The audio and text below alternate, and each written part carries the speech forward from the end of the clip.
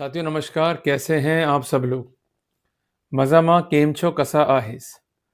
धारा 35 sub clause 3 BNSS को लेकर के काफ़ी क्वेरीज आपकी हैं कि क्या होता है ये कानूनी प्रावधान, कैसे प्रोवाइड करता है हमें इम्यूनिटीज़ और अगर नोटिस नहीं मिलता तो हम क्या कर सकते हैं, क्या कानून में इसके रास्ते हैं?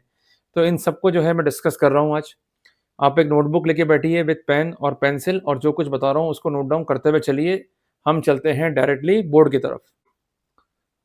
सेक्शन 35 सब क्लॉज 3 बीएनएसएस, इस पर आज जो हम डिस्कस कर रहे हैं, कुछ इंपॉर्टेंट पॉइंट्स हैं, इसको आप जो है नोट डाउन करते हुए चलें। ये सेक्शन कॉरेस्पॉन्ड है to section 41A of CrPC. वर्तमान में हट चुका है CrPC. Right now we are having BNSS जो कि लागू है 1 जुलाई 24 से।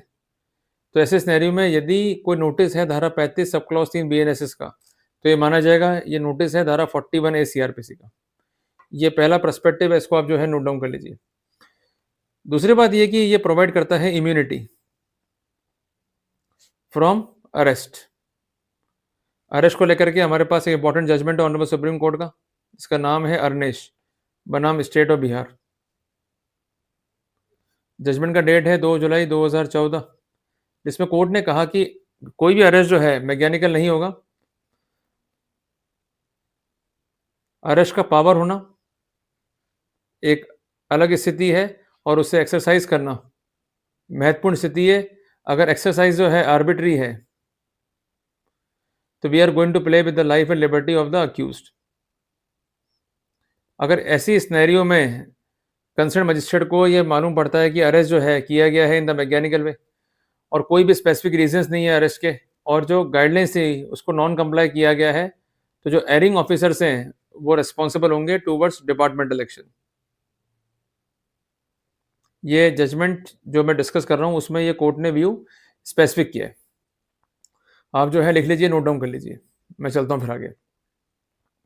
तो कुल मिला करके अरेस्ट से अगर आपको चाहिए इम्यूनिटी, खासकर ऐसे ऑफेंस में जो कि पनिशेबल है with imprisonment up to 7 year, तो वहां पर जो मददगार सेक्शन है वो है धारा 35 सब क्लॉज 3 बीएनएसएस। क्लियर हो गया? तो कुल मिला करके ये एम्पावर करता है पुलिस को to issue notice despite of arrest. पर पुलिस कई बार नोटिस जो है जारी नहीं करती है और अरेस्ट करने में आमदा हो जाती है। तो मैं ये स्पष्ट कर दूं कि जहां पर ऑफेंस पनिशेबल है with imprisonment up to 7 year, वहां ये मैंडेटरी है। और इस बिंदु पर रिसेंट फैसला भी है सुप्रीम कोर्ट का, जिसका डेट है 15/1/2026। क्लियर हो गया? तो कानून में क्या लिखा गया कि it empower the police to issue notice despite of arrest. पर इसका मतलब ये नहीं कि पुलिस का डिस्क्रिशन हो गया।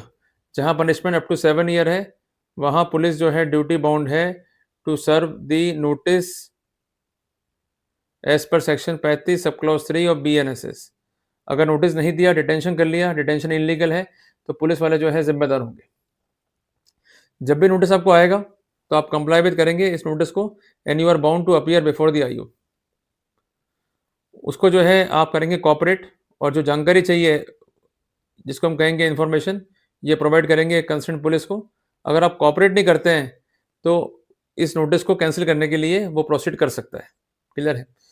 पर एक बात ध्यान रखिएगा कि कॉपरेशन के नाम पे ऐसा कोई भी एविडेंस कलेक्ट नहीं कर सकती है police which comes with the purview of incrimination, या हम कहेंगे with the purview of self incrimination. ये बार्ड है बाय आर्टिकल 20 सब clause 3 of constitution of India. तो मैंने ये प्रावधान जो है आपको लिखवा दिए। क्लियर है? जब भी ये नोटिस आ रहा है तो ठीक है, नहीं आ रहा है तो हमें एक नोटिस या इंटीमेशन जो है सर्व करना है आईओ को। अगर वो ध्यान नहीं दे रहा है तो हम जा सकते हैं एंटीसिपेटरी में, प्रोविजन है धारा 482 बीएनएसएस, या हम जा सकते हैं हाईकोर्ट धारा 528 बीएनएसएस में। जहाँ पर लीगल कंप्लाइंसेस नहीं है वहाँ पर पक्ष जो है मजबूत हो जाता है आपका। पर आपको ये शो करना होगा कि आपने रिक्वेस्ट किया इनको to do the legal compliances, but deliberately इन्होंने एक्ट अपॉन नहीं करा उस कंप्लाइंसेस पे और आपको जो है हैरेस कर रहे हैं। ये इंपॉर्टेंट है, इसको जो है नोट डाउन कर लो। जब भी नोटिस आपको आता है सबसे पहले करना क्या है, नोटिस को करें एक्नॉलेज। दूसरी बात, कॉपी लीजिए एफआईआर की, उसका एक रिप्लाई जो है पेश कीजिए। रिप्लाई को बांटना 3 हिस्सों में। पहली बात तो कंटेंट क्या है एफआईआर के, कंटेंट जो है फॉल्स क्यों है और आपका स्टैंड क्या है। इसके अलावा जो रिप्लाई देंगे आप उसमें लिख दीजिएगा कि you are ready and willing to cooperate, पर कोऑपरेशन के नाम पे ऐसी कोई एविडेंस आप नहीं देंगे which comes with the purview of self incrimination. इसके अलावा जो कंसर्न मजिस्ट्रेट है, उन्हें भी ये फैक्ट जो है आप इन्फॉर्म कर सकते हैं कि I have joined the investigation in consequence of notice as per section 35 sub clause 3 of BNSS. Clear हो गया अपने को? कुल मिला करके अगर आपने ये प्रोटोकॉल जो है अपना लिया, तो निश्चित तौर पे अरेस्ट को आप जो है अवॉइड कर पाएँगे और जो पैनिक कॉज़ होता है, खासकर एंटिसिपेटरी मूव करने का या एब्सकॉन्ड होने का, वो पैनिक भी जो है आपको हट जाएगा। और सबसे महत्वपूर्ण बात, जो रिप्लाई आप देंगे उसमें जो भी एलिगेशंस हैं एफआईआर में, उसका खंडन जो है ज़रूर कर दें। और अगर आप खंडन नहीं करेंगे, इसका जवाब नहीं देंगे, तो बाद में यदि आप करेंगे पार्टिसिपेट, तो पुलिस जो है कॉज़ करेगी पैनिक, वो आपसे क्वेश्चन पूछेगी, आप उसका उत्तर दे नहीं पाएँगे, तो फिर आप ही के लिए पैनिक होगा। इसलिए प्लानिंग करना बहुत ज़रूरी है। जब भी कोई एफआईआर है और आपको आया है नोटिस, तो उसका रिप्लाई कर दें, ताकि जब भी हम शामिल होंगे पुलिस की इंक्वायरी या इंटरोगेशन में, तो वहाँ पर स्टैंड लेना जो है ईज़ी रहेगा। In absence of specific stand हमारे लिए पैनिक हो जाएगा और हमें दिक्कतों का जो है सामना करना होगा। तो कुल मिलाकर के नटशेल में ये बात हम कह सकते हैं कि ये नोटिस जो है अज्ञापक है, खासकर उन मैटर्स में जहाँ पर ऑफेंस जो है पनिशेबल है अप टू 7 ईयर। नोटिस नहीं देने पर आप जा सकते हैं एंटिसिपेटरी बेल में, या as per section 5 to 8 of BNSS आप रेमेडी क्लेम कर सकते हैं।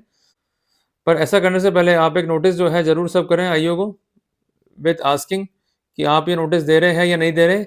अगर आईओ कोई भी इंटरेस्ट शो नहीं कर रहा है रिगार्डिंग लीगल कंप्लायंसेस, तो वहाँ पर आपका पक्ष जो है मजबूत हो जाता है। बस ये मोटी-मोटी बातें हैं, इसको जो है ध्यान रखिएगा। तो कुल मिलाकर के जो प्रोविज़न्स हैं, वो बने हैं हमारी हेल्प के लिए। अगर हम ही उन्हें इम्प्लीमेंट नहीं करेंगे या करवाएँगे, तो हमें कोई राहत जो है प्राप्त नहीं हो पाएगी। तो कुल मिलाकर के धारा 35 सब क्लॉज़ 3 बीएनएसएस में क्या प्रोविज़न्स हैं, कैसे उसे हम करें इम्प्लीमेंट प्रैक्टिकली, ये मैंने आपको समझा दिया है। जल्दी मिलेंगे एक नए विचार के साथ।